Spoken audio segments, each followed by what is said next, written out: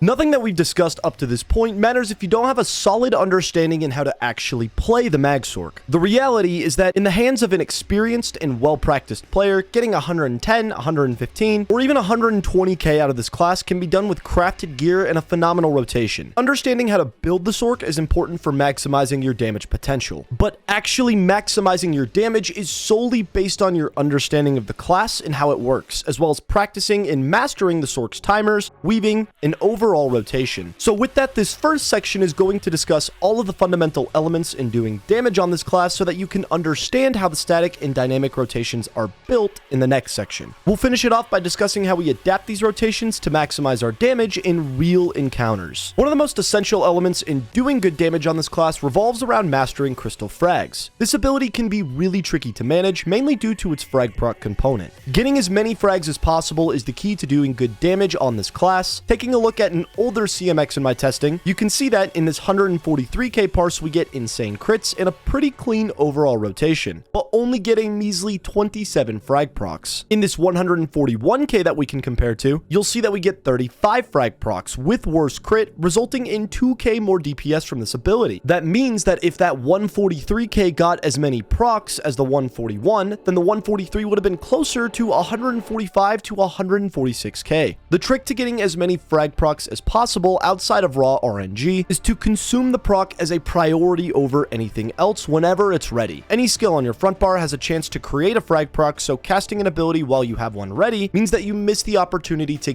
get another one. Because of this, we also want to make sure that we are only reapplying a skill like our Scamp on the front bar. And with that, Daedric Prey is another really important ability in this toolkit. Since we are running a total of 4 pets, a huge chunk of our overall DPS output will be based on how well we keep this skill active. In order to maximize our damage on this class, we must cast this skill as a priority, so much so that our entire static rotation is based around keeping the skill up 100% of the time. Every second this skill is not active, our potential ticks from 7 total sources of damage on the CMX that will result in ticks of damage significantly weaker than their potential allow for. In addition to this, the skill itself accounts for a ton of damage, being one of the strongest dots on our bar. You only get this damage though if the skill fully expires, so reapplying it too early also results in a massive damage loss. This requires an extreme amount of micromanaging, casting the skill perfectly within a window that allows for the skill to tick without losing the damage increase it gives to your pets. You can keep track of the skill in one of 2 ways, either keeping an internal metronome counting prey,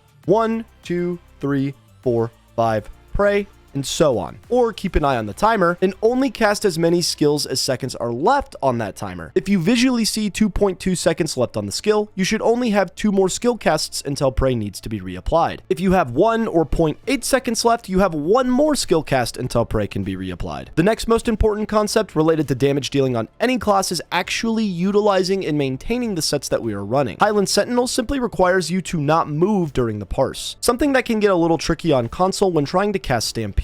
Most of the time, the stacks don't drop if you only slightly move to cancel Stampede's animation, but occasionally those stacks will split in half, resulting in about a 90% uptime with the 10th stack of the set. Our other set, Bosse, simply requires us to keep our mag as low as we realistically can without magging out in order to maximize damage. Since we are running a stamina-based spammable in this setup, keeping our mag below 10% is actually extremely doable. Dumping to about 20% and then beginning our pre-buff will put us at right about 10% when we start the parse, and activating our only mag skills, Prey, Scamp, and the occasional frag proc will keep us right within that sweet spot. If you find that you don't have enough mag for the next skill cast, then and only then should you take a shard, as doing so will boost your mag up to about 15 to 20%. It doesn't take too terribly long to get our mag pool back down to 10, but it will lose us some damage. And with that, perhaps one of the most important elements to practice and master for the mag sorc is the class's weaving. The most confusing skill to weave is Power Overload. This ability changes the animations of your light attacks. If you're on PC, you can continue to use your combat metronome and make no changes. On console, however, we rely a bit more on the animations of our abilities to tell us exactly when to weave next. The issue is that the animation for Power Overload and the animation for frags pretty dramatically conflict with each other, so if you're waiting to see the beginning of Power Overload's animation after a frag proc, it's going to slow down your weave dramatically. For this ability, I would attempt to simply cast your light attack as close to your skill cast as you are physically able to, and doing so will usually result in far quicker and cleaner weaving. The next skill that we might want to practice using a bit is our spammable Rapid Strikes. This skill has a 0.8 second cast time, which means that your window to cue a light attack is a bit smaller. If your regular weaving involves casting the light attack and skill really close to each other already, you won't have to change much. But if you're missing a light attack while using this skill, it's likely because you're used to queuing the light attack about halfway between your skill casts, which won't work with this short channel. The final skill that weaves strangely is Stampede. This skill locks you in place for 1 second, unable to cast another ability or bar swap, as a part of its natural function. However, this can be broken. In order to get Stampede to work like any other ability, you simply need to move. Any sort of movement done while casting the ability will break the lock. Slight wiggle of the thumbstick or tap of the W key while casting Stampede is enough to do the trick. The final way to add a little bit of damage to your parse is based on how you pre-buff. I've always argued in the past that PC 21mm parses are mimicable on console, and this has held true for every class. For example, in Update 40, Charles posted a 132k stam mark for Update 40, and a player on Xbox NA named Kodak put up a 135k parse. However, if you are a console player, you need to look out for this pretty smart pre-buff set that was being used historically in some score pushes on PC, when you could pre-buff with Resonating Glyphic's combat function. That set is Clever Alchemist. It gives over 600 weapon and spell damage for 20 seconds. Pre-buffing with skill swaps such as Channeled Acceleration, Dawnbreaker, Stamina Dumping, all of that is possible on console with a little finesse and practice. A Clever Alchemist parse straight up cannot be replicated on console though. If you're on PC, in my opinion, you should take advantage of this. Pushing content at a high level is all about these, for lack of a better word, exploits, figuring out niche ways that you can abuse the game's mechanics in a legal way, essentially. There is no reason that you can't practice this concept on the 21 mil. So if you want to maximize the damage you do on the Sorc, if you are on PC, your pre-buff should involve a Clever Alch Wizard setup. This is tough to do and you have to go fast. Hit the dummy, pop a potion, reset it, swap out of that setup. This is where you begin on console. Clever Alch should add no more than 1 to 1.5k total to the parse, so expect to be just a hair lower. You'll want to ensure that you have the unmorphed version of Purge slotted to assist in quickly dumping mag. Cast Dawnbreaker, then hit the well. On console, manually swap Dawnbreaker for Atro and pre-select your Purge swap. Then we'll cast Purge 5 times and swap this ability out, at which point we'll be ready to start the pre-buff. This will give you a few seconds of Dawnbreaker going into the parse and start your mag at about 20% for the sake of boss A. Outside of the mag dump, this entire pre-buff only adds a total of 1, maybe 2k to your entire parse, and that's being generous. As long as you dump your mag, you can skip every other element of the pre-buff completely.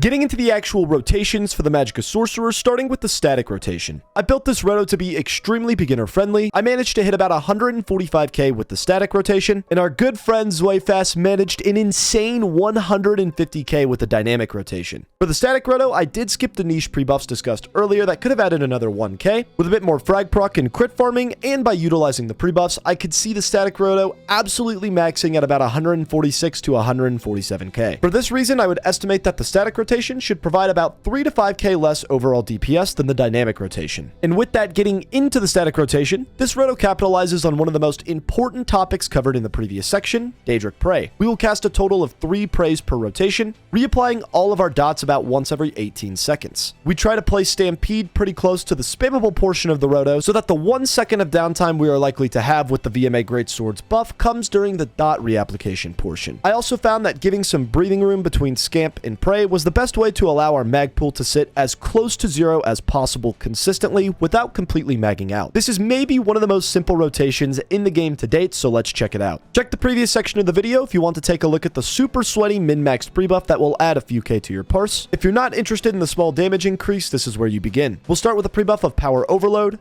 Tormentor. You may have to hit this twice if you're still above 10% mag, Scamp. Then we will run up to the dummy and throw Trap, followed by our first light attack, signaling the opening of the parse. That opening goes Stampede, Prey, spam 5 times,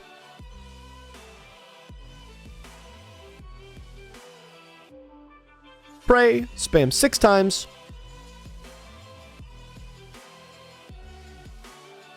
ult, and then we will start the actual rotation, which we will repeat until the dummy dies. That rotation goes Prey, Trap, Stampede, Scamp, spam twice, Prey, spam 5 times,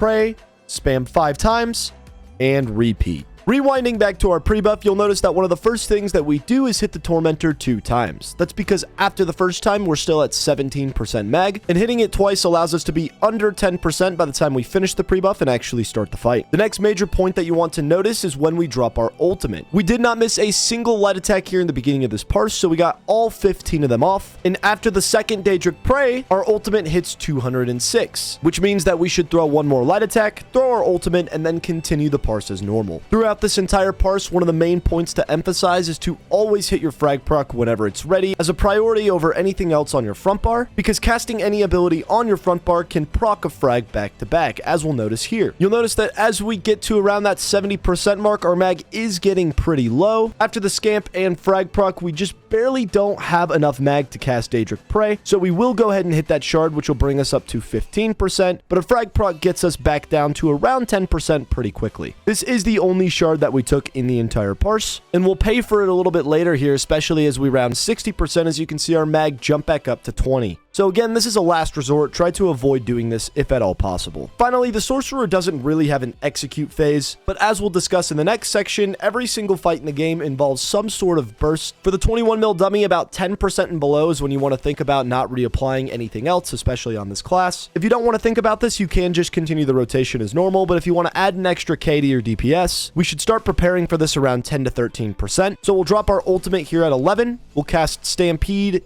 Pray and Trap at about 8 to 10%, and then it won't be worth reapplying Scamp here anymore. Our Pray runs out at about 2%, so we'll just spam only here until the dummy dies, and our DPS will jump another 1 to 2k at the very end of the fight for doing so. And with that, getting into the dynamic rotation, there isn't a ton here that is really different. The main thing that the dynamic rotation allows for is a couple extra K DPS out of Stampede and a bit more freedom with our frag procs. Getting 150k took our good friend endless hours of crit farming. He worked hard for it, so don't stress too much if you're coming up a little shy. The main things that we need to keep track of outside of raw timer management are our frag procs and our mag pool. In general, you should be able to keep your mag under 10% for pretty much the entire parse, only ever taking a shard if you cannot cast the next ability in your rotation. Taking a shard really is a last resort though, as it's extremely difficult to get from 20% back down to 10. So I'd much rather cast our stamina based spammable a little bit more until we have enough mag to recast Scamp if we're in that situation.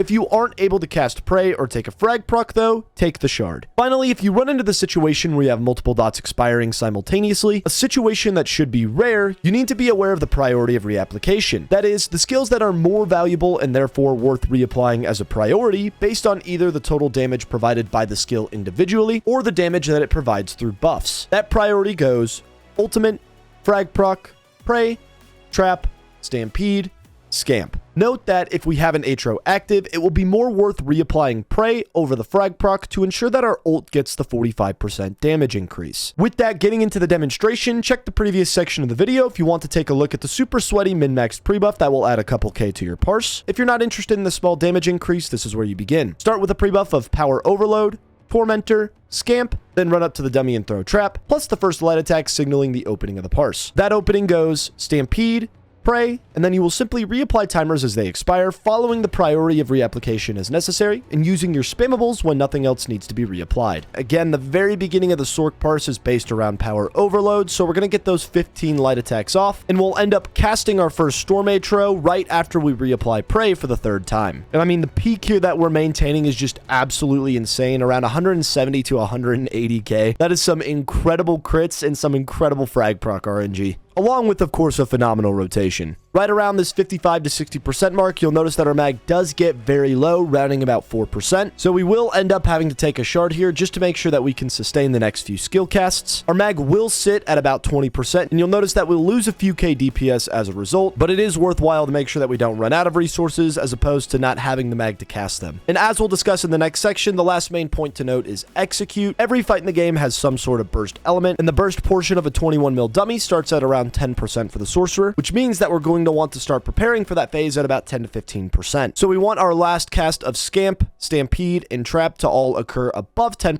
reapplying Scamp at about 14%, and Stampede and Trap at about 12%. We will get a couple ticks of our ultimate by casting it just above 5% here, right at 6% that is, and then we'll cast Pray one more time at 5%, and then spam only until the dummy dies. And as you'll see, doing so correctly will bring us from about 148k at that 5% mark, all the way up to 150 to finish the fight. While I maintain that the 21 mil is a great place to practice and learn about a class and its unique damage, content demands that you make some slight adaptations to the pure single target rotation in order to maximize the damage that you do in PvE encounters. For example, while this rotation is great for long single target fights, like the bosses in VKA or in Sunspire, this rotation will not be the absolute most optimal way to go about burst-oriented fights, especially AoE burst situations like trash pools. In general, this rotation can be adapted to two main situations: single target and AoE burst. Single target burst fights encompass entire boss fights or boss phases where it would not be worth reapplying any more dots or AoEs. In general, spammable damage accounts for nearly 25 to 35% of our overall DPS output in a single target situation. The only thing that makes dropping skills like dots and AoEs worthwhile is the total damage that they deal. For example, our frag proc is our strongest source of burst damage, ticking for up to 93k. Compare this to one of the dots in our toolkits, Scamp. This ability lasts for 20 seconds and ticks once every 2 seconds. Its max hit is about 12.7k, so multiply that by 10 and you can see that the activated ability is worth up to a max of 127k total damage over the course of its entire duration. So as long as we can wait 20 total seconds, one cast of Scamp will do more damage than our frag proc. This is the same reason we don't reapply our dots early. If we do, we miss ticks of the ability that could have otherwise been spent on our spammable, and we then lose damage. Now let's apply this concept in the context of a burst situation. If you can only damage a boss for 10 more seconds, we only get half the amount of ticks of a skill like Scamp, resulting in about 63k total damage done from Scamp in this window. However, if we cast Frags, we can get a 93k tick in that cast window. As you can see, it becomes well worth letting this dot fall off in favor of casting a spammable in this situation. So when is this concept applicable? As a general rule, a single target burst phase encompasses about a 5 to a 10 second window that you have to do damage before you cannot damage the boss anymore. This happens on every single boss fight. For example, if a boss is under 10 million HP, this means that there are about 10 seconds or less until that boss is dead, indicating a burst phase. If a boss is 1 or 2 mechanics away until it goes into a mechanic where they are invulnerable, this indicates a burst phase. An example might be Zelvaka before she ports, the dragons in Sunspire before they fly into the air, or Lilanar in Turlesil before they do their interrupt mechanic. If a boss has short damage phases that are a part of the fight structure, like Olms in Asylum Sanctorum, these are also burst phases. Finally, bosses with little to no health, like the spider in VHOF or the snake in VRG, are fights short enough to be considered full-on burst fights, which would still imply that it wouldn't be worth reapplying any dots or AoEs once cast. As a general rule, if you cannot get at least half the duration of your dot or AoE, it is not worth reapplying. There are some give and takes to this, but you can use this rule while you're starting to play around with this concept and fine-tune it fight to fight. Once you are familiar enough with a fight, you can gauge when that value will be applicable. For example, it will be worth reapplying a couple of dots just before you hit a burst window a little early if they are going to expire soon. But if that window is open, you're kind of stuck with what you gave yourself in terms of preparation. To bring this to a real fight, assume that we're targeting Zelvaka. In this encounter, she'll usually do 3 mechanics on the first floor before the first port. When the time comes, if you didn't reapply some dots a little early in preparation for Mech 3, you're best off spamming and just taking the L with what damage could have been. However, if you anticipate this and reapply any skills that will fall off during that burst phase 1 or 2 seconds early, and then only use your spammable when that mechanic starts, you maximize your damage. And with that, the biggest mistake I see players make revolves around how they conduct their trash damage. Each and every fight in the game is a burst type of fight. The ads usually have anywhere from 2 to 3 million health apiece for high priority targets. Divide that by 8 damage dealers, and that's at most about 400,000 damage that you need to do to a target each. Quick math says that your spammable will get you there far faster than any dot or AoE. Again, in this toolkit, you have to wait 20 seconds to get 120k out of a skill like Scamp. Now that said, Scamp is unique in that it can be pre-buffed, and pre-buffing abilities is the key to doing good damage in trash. Don't lose any damage by casting abilities out of combat. You only lose damage by casting lower valued skills when your opportunity to do damage to your targets is open. So for the Sorc, we try to stack skills for trash that can be cast while you're running to the next trash pool, so that when you engage the next set, all you have to do is cast a skill like Wall for the big damage that it does, and for the enchantment that your back bar procs, and then spam only. That's why skills that can be pre-buffed with, like Dark Deal or Cloak, or even skills that can be cast without immediately aggroing when starting a pull, like Destro, are so valuable in trash. To maximize your damage here, pre-buff with as many abilities as you can, but when the pull starts, do not cast more than 2 abilities, and then spam only. Maximizing trash damage is fully based around pre-buffing and has little to nothing to do with your actual casts during the pull. If everybody in your group performs trash rotations this way, everything will die so much faster. Thank you so much everybody for checking out the video. As always, if you found the video helpful, be sure to like, subscribe, and let me know in the comment section below if you have any questions, comments, or concerns.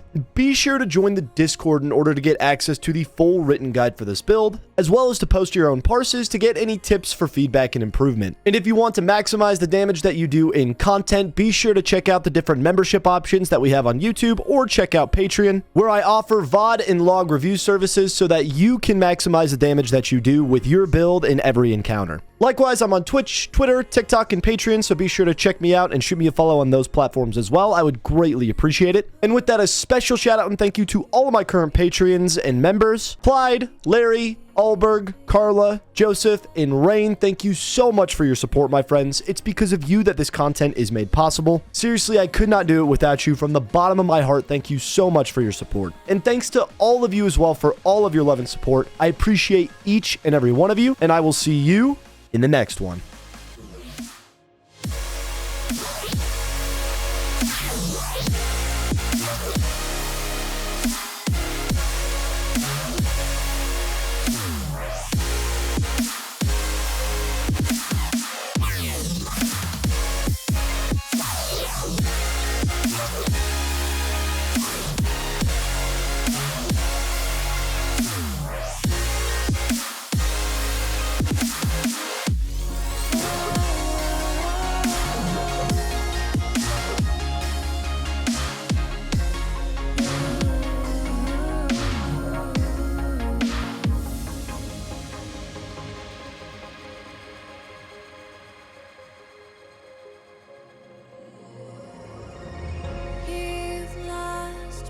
don't feel I have one. I wanna forget you, but only time will heal. Too late to erase the past.